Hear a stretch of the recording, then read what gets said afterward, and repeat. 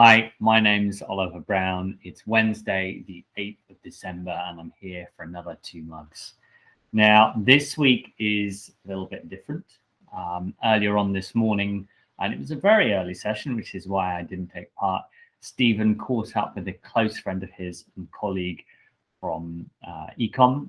They used to work together in the Indian office. His name is Ryan Delany. And Ryan is the founder and chief analyst at Coffee Trading Academy LLC.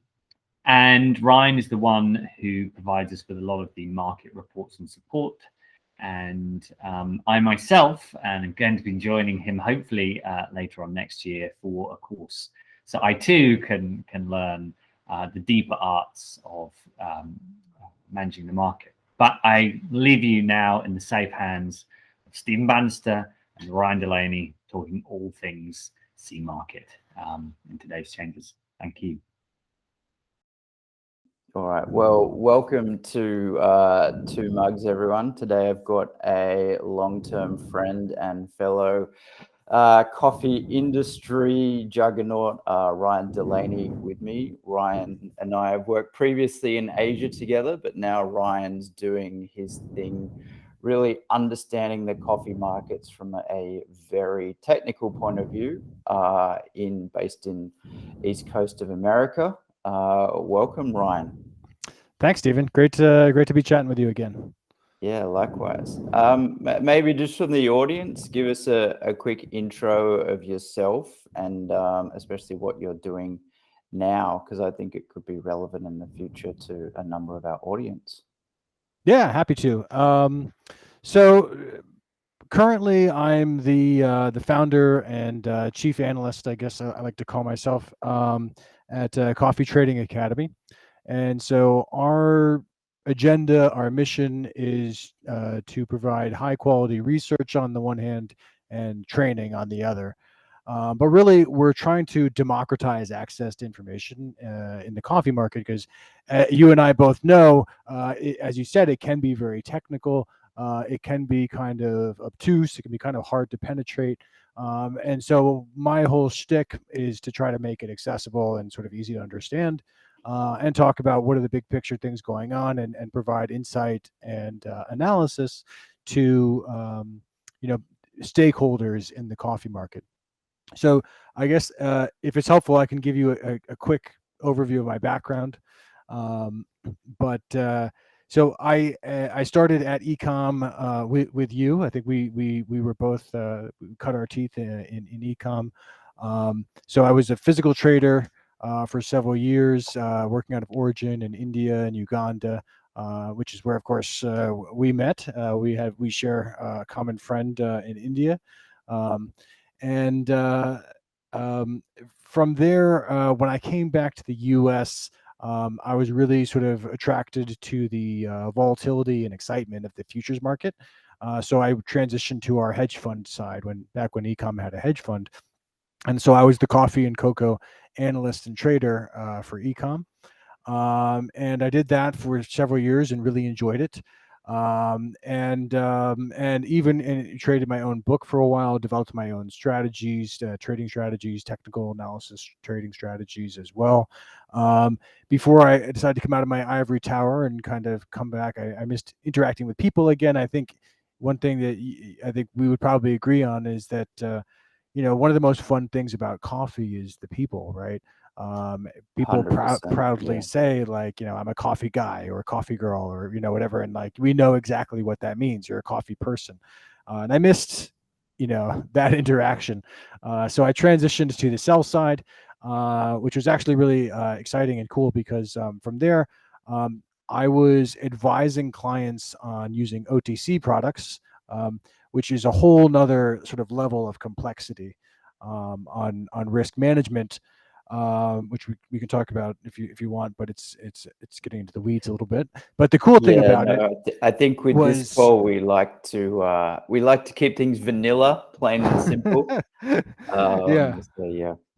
No, vanilla is good. But the cool thing about it was that I was really interacting with people across the supply chain, from producers to roasters to the trade.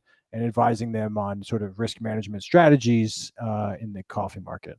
And so from there, I founded this company, and that's where sort of my background comes from.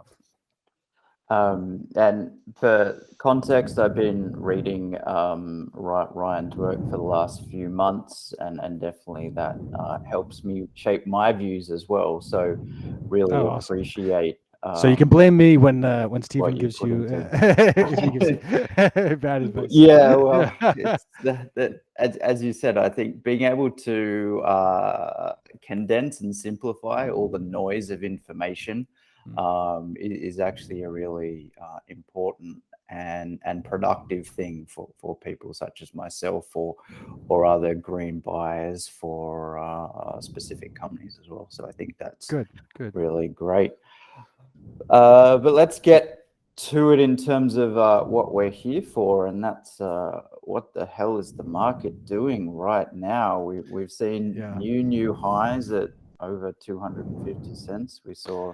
I know we haven't seen that for a few years. We saw a bit of a retracement last night, but I don't think that's a retracement necessarily to get our hopes up by any means. And looking at the tape, at the sort of the daily rate, how it goes through, I feel like a lot of the volatility is on the US side of the time of the exchanges open, and wanted to get you to just give us a bit of a feeling about what's happening in America right now and what you're feeling on a bit of a macro viewpoint of coffee over there.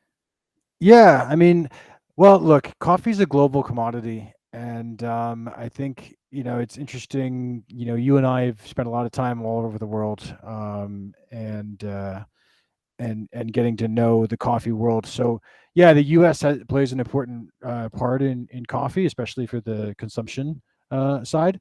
But it really is, I think, a confluence of factors right now, right? I mean, if we can pinpoint any location right now that is determining the price of coffee, it's Brazil, right? Yes. That's the thing we've been discussing for a long time now. We've had problem after problem in Brazil. I just wrote an article today about what to make of the current weather situation, which is adding a whole new sort of question mark in the air. But that's really what it's about. Is Brazil is the juggernaut of supply, and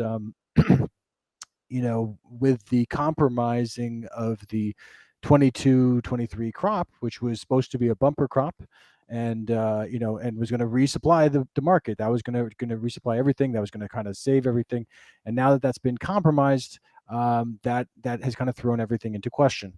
So of course that's where it starts. But to your point, I remember when I was trading in India and Africa, we would always be watching for when New York wakes up, right? I mean, that was always that's when the market starts moving. So you do have a lot of hedging based out of the U.S. And also you've got a lot of specs, right? You have a large amount of money moving the market. So that is definitely something to be on the radar. But interestingly, I follow the COT weekly, and for those of your listeners who may or may not know the COT, it basically just describes the commitments of traders, right? It's who is in the market, who has futures and options positions on, and so we can look at that and determine, who is who needs to buy and who has already bought, who needs to sell, and what their positions are. And if we look at the spec position, it's quite big, right? And so they've been an influence in the market, but I think what has been interesting is that they haven't even really been the biggest driver. I feel like it's largely been the trade. I don't know. What's your view? Are you? Yeah, I think when you look at a market that has now completely inverted, the specs cannot do that on their own. And that's the biggest fundamental that I feel right now is looking at the structure or where the futures cover months are and the gaps between them. Now, normally we see a beautiful chart that starts low down the bottom here and goes up to here. At the moment, we're expensive on the nearby and we're cheaper further out. And we had a flat structure a couple of weeks ago. I think with the news coming out from Co.Lab last week or this week, then that's added further fuel to the fire. Sure. in terms of is there enough coffee in Brazil, or are we down another couple of million bags on our production forecast for next year? Yeah. So yeah, I think it's a battle of almost two sides at the moment, where you've got this spec influence that's probably keeping the market higher than it should be. But I think there's still a lot of people that have played the I'm going to wait game. And again, I think we've referenced this a few times, but to be fair, the last 4 years, that game has worked. Year 5, it hasn't worked, and that it's really gone against people very difficultly. And it's now like, okay, I'm going to kick the can down the road again. And it's only been a one-way street. So I really feel that it's fundamental that the market moves on the supply and demand machine primarily, and the nearby, the specs have a bit more influence on volatility. And that's sort of why I think it's really referencing even 6 cents down last night. It's a retracement, but we're still in this sort of bull run move. You can't look at the market from a one-day move. We have to look at it as, what are we, 15 cents up or 10 cents up since the 1st of December almost. We did 30 cents up in November. So the momentum is still there. When I look at all of the triggers that tell you in a way to buy or to sell, I think my IT computer system says it's 96% buy rating at the moment, and that's like, let's go and buy that as a spec. That's attractive. I just get nervous if someone outside the trade tells me to buy a coffee, then it might be a time to sell. But that contrarian view is dangerous in this part. It's been tough. So you touched on a lot of different things there, but I tend to be contrarian just because that's kind of the way I was, raised in econ. I think if you are a fundamentalist, you are by nature contrarian, right? Because your whole worldview is colored by what is the fair value of coffee right now, and is it over or undervalued, right? And there's no trade if it's correctly valued. So you're really, your only trade as a fundamentalist is if it's undervalued, right? So you need to be sort of contrarian in a sense, but that's been a very dangerous position lately. So as a contrarian, my gut, my instinct, like what I want is to be bearish. Like I want to be bearish right now because everybody's bullish, and when the market cannot stay,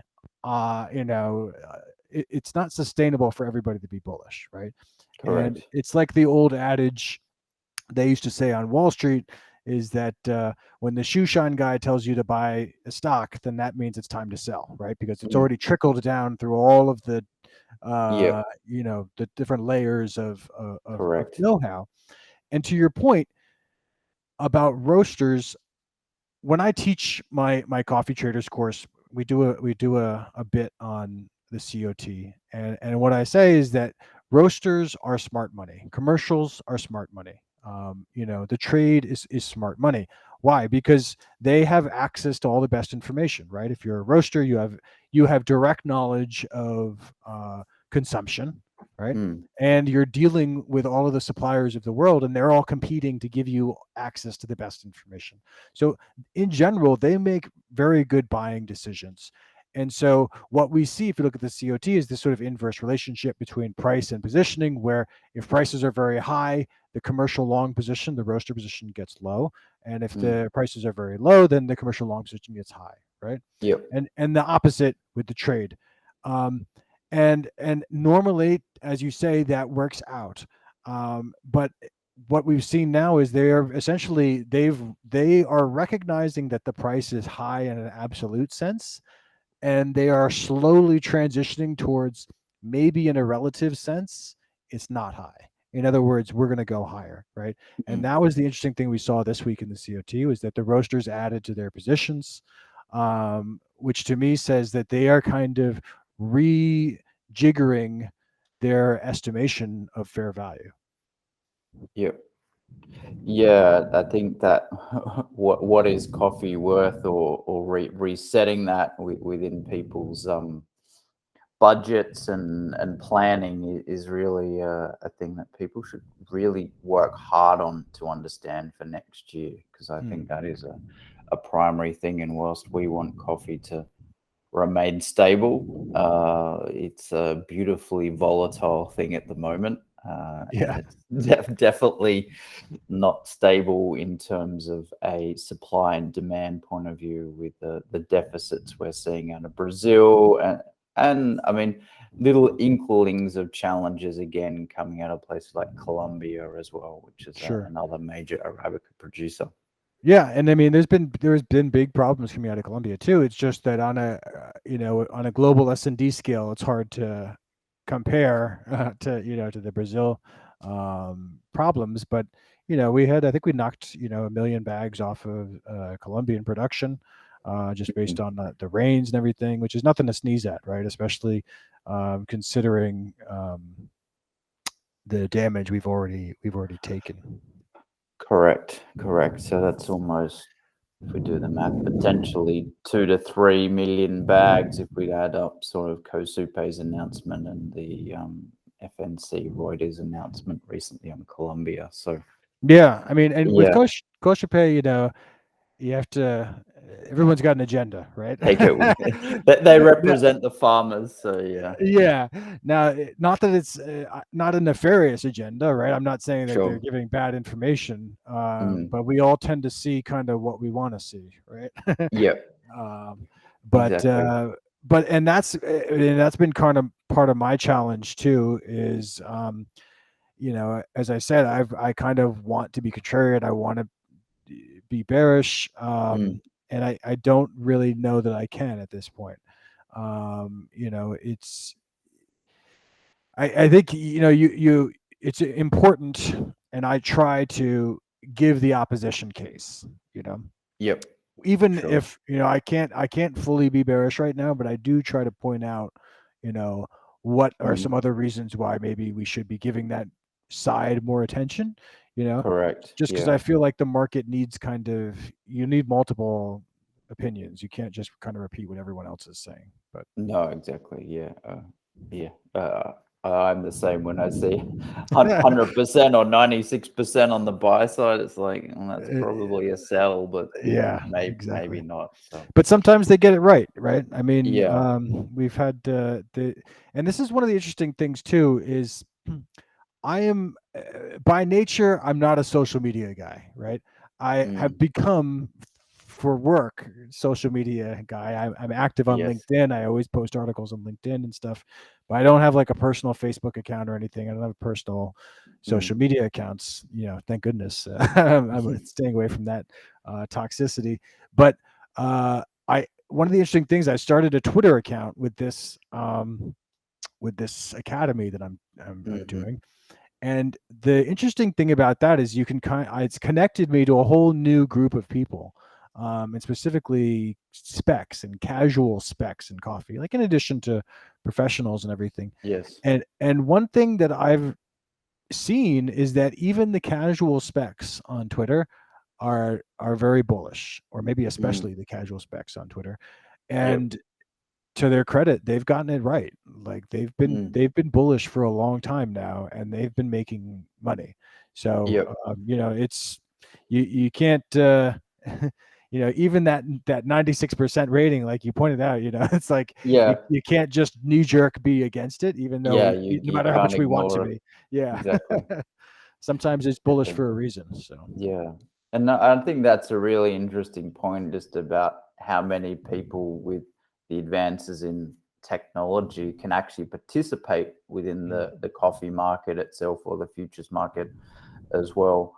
Where we went back maybe 10 years, it was very difficult to have a futures account or access to that. But with a lot of new apps and technology and investment strategies, then we're seeing more and more people look at, I guess, commodities as a investment grade opportunity.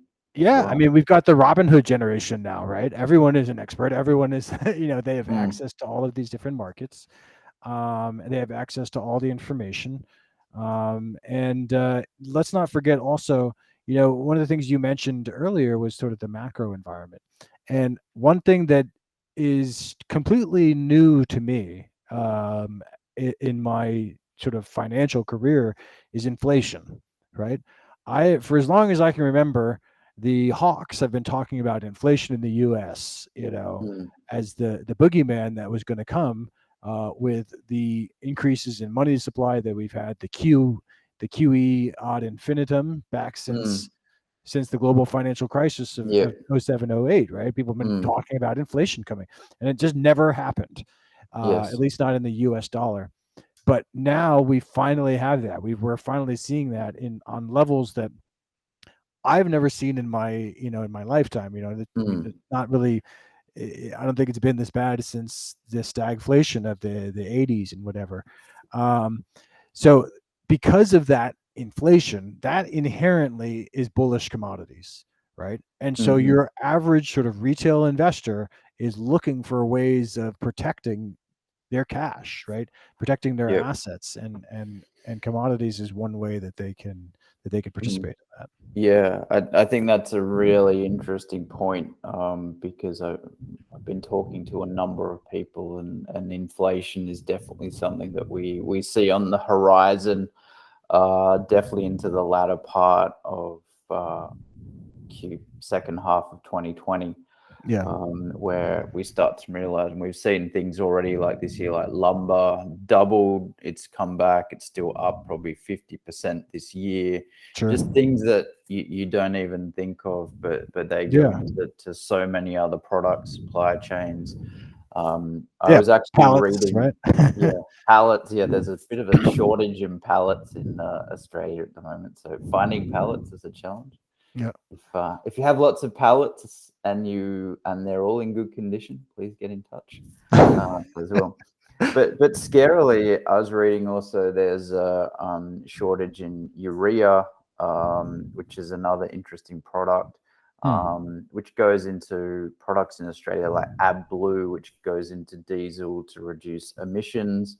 So that could have an impact on trucking costs for next year, and all these other things that are just a storm brewing in the background. And energy prices have been intense as well, right? I think they just recently had a correction, but yeah. So we're a bit off coffee, but I think inflation is something that generally people should be really thinking about and have on their radar, and really stress testing their own environments if inflation is to come. Yeah, well, but it comes back to the idea of, and sort of the original question you sort of posed, which is like, who's trading coffee right now, right? And whether it's the U.S. investors, or is it like the retail investor, and and these sort of small specs, or the trade, and I think you made a good point about the market structure. I had a mentor once tell me, contango or continuation structure is not always bearish, but backwardation is always bullish. And we don't see it very often in Arabica, because the CFTC position limits are so tight and so restrictive. It's much more difficult to mess around with that market. In Robusta, we see it all the time, right? And that's because you can play a little faster, a little looser with the Robusta market, and that market inverted quite a bit before Arabica did, right? Because I remember at first it was sort of business as usual. Oh, okay, the Robusta market's kind of going nuts, right? They're inverted, that's bullish and everything. But we can't take it 100% as fundamentals, right? Correct. But then the Arabica market kind of followed suit, and this is probably the strongest backwardation I've seen in the last 10 years that I can recall. I don't remember. I was just a trainee back in the 2010-11 rally to $3. I don't know. Do you remember the structure back then? Was it?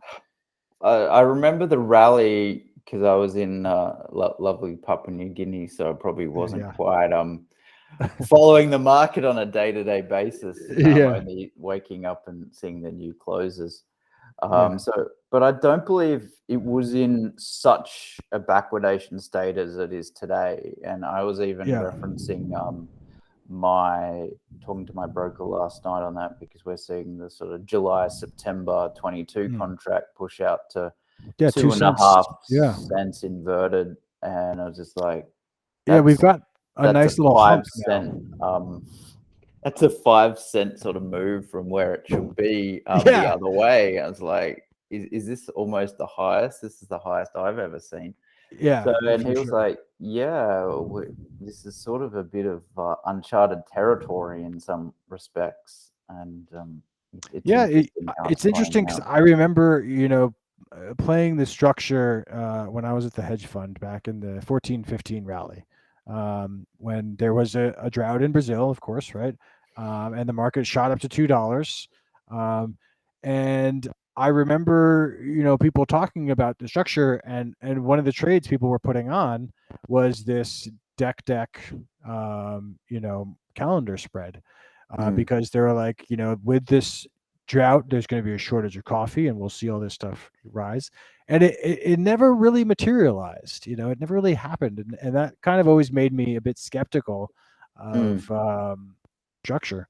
But it's happened now, and we can see this structure. But and the interesting thing about it too is that the market is really kind of three-dimensional, right? Like it's not just like by nature of it being futures, we're adding this time dimension, to price, and so you can literally see where tightness is occurring on the curve, right? And it's really that July set period right before that next crop comes online. Yep. Okay. Well, I think thinking about the market in a 3D perspective is probably where we should leave it. That's a fantastic analogy. I really love it, Ryan. And I'd like to say thank you very much for joining me on a bit of a catch up and a chat on what's happening in the market today. And no doubt, I think we should reach out again soon and have another chat and just keep talking, because it's really great to get your perspective about what's happening as well. So thank you. It's been a pleasure, Steve. Thanks so much. It was great getting to chat again. And look forward to it. Reach out to me anytime. Okay. Thank you. All right. Take care. Thanks a lot. Take care.